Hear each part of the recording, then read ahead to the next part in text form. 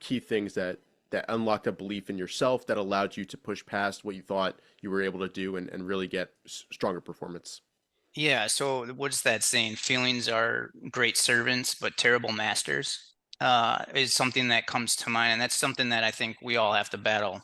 Some of us are better at it than other, but it's like anything. The more you practice and build that muscle, the better you're going to be, where your feelings don't get to play a role in this. And when, Mark, laid the groundwork, he was just another iteration from O'Neill, right? And now he's passing this on to us. And it's just like, so at some point you have to surrender, what you think to the Yeah. guy that knows more than you, and focus on what he says is the process and refining the process. Who cares about the results? And that once you do that, and that's exactly what I had to do and what Mark and I, have done, that has led to our successes. We have a process and we don't waver from it. Yeah, and that's what I did. I had to surrender too. I had to get off of my own opinions and I had to surrender. And quite frankly too, that one of the reasons why, Brandon has a place in my heart for his dedication is because I was broke too. When I first started, I was broke beyond broke. I grew up in a family that, my parents got divorced and my mother, I used to listen to her cry at night because we didn't have money for food. So I came from incredible poverty. So to be it was, I had to get over a poverty mentality, which was very hard to even accept. Even when I started doing well, I had to pinch myself and go, wow, is this really happening here?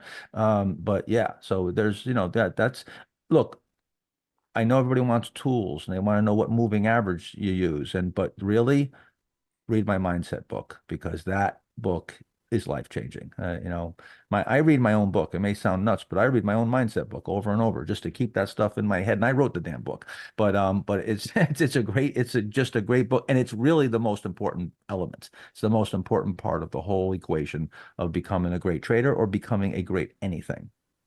And I'll just add one more thing. When Mark and I first started, we were trading so small. A few $100s was a big deal to us. Now, we have $1 million months and it doesn't matter. Like, it's not about the money, it's about the Yep. process. Yep. And that's real. Like, when you get to that point, that's when like, okay, you have something. Your work has paid off. And I think Mark Minervini helped us realize that. I started off when I first started in the 80s. I made my first trade in 1983. And my goal as a trader, my long term, the big goal, like if I would say this would be successful, was to make 500 bucks a week. That was my original goal. Yep.